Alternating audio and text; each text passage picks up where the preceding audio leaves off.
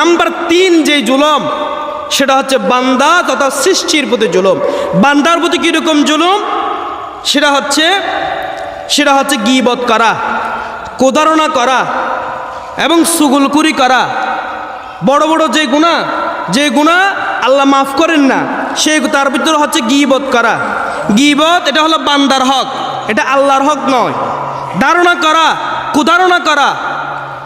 আমার দেশের আজকে বিভিন্ন জায়গায় পরিবারে মহিলা নিসা উম্মিন নিসাইন, কোরআন শরীফের ভিতরে আল্লাহ তাআলা বলছেন যে অনেক বাড়িতে এলাকায় মহল্লায় দেখা যায় যখন কয়েকটি মহিলা এক জায়গায় বসে তখন তারা মহিলায় কি করে, একজন আরেকজনের কুৎসারণা করে, গীবত করে, পরনিন্দা করে।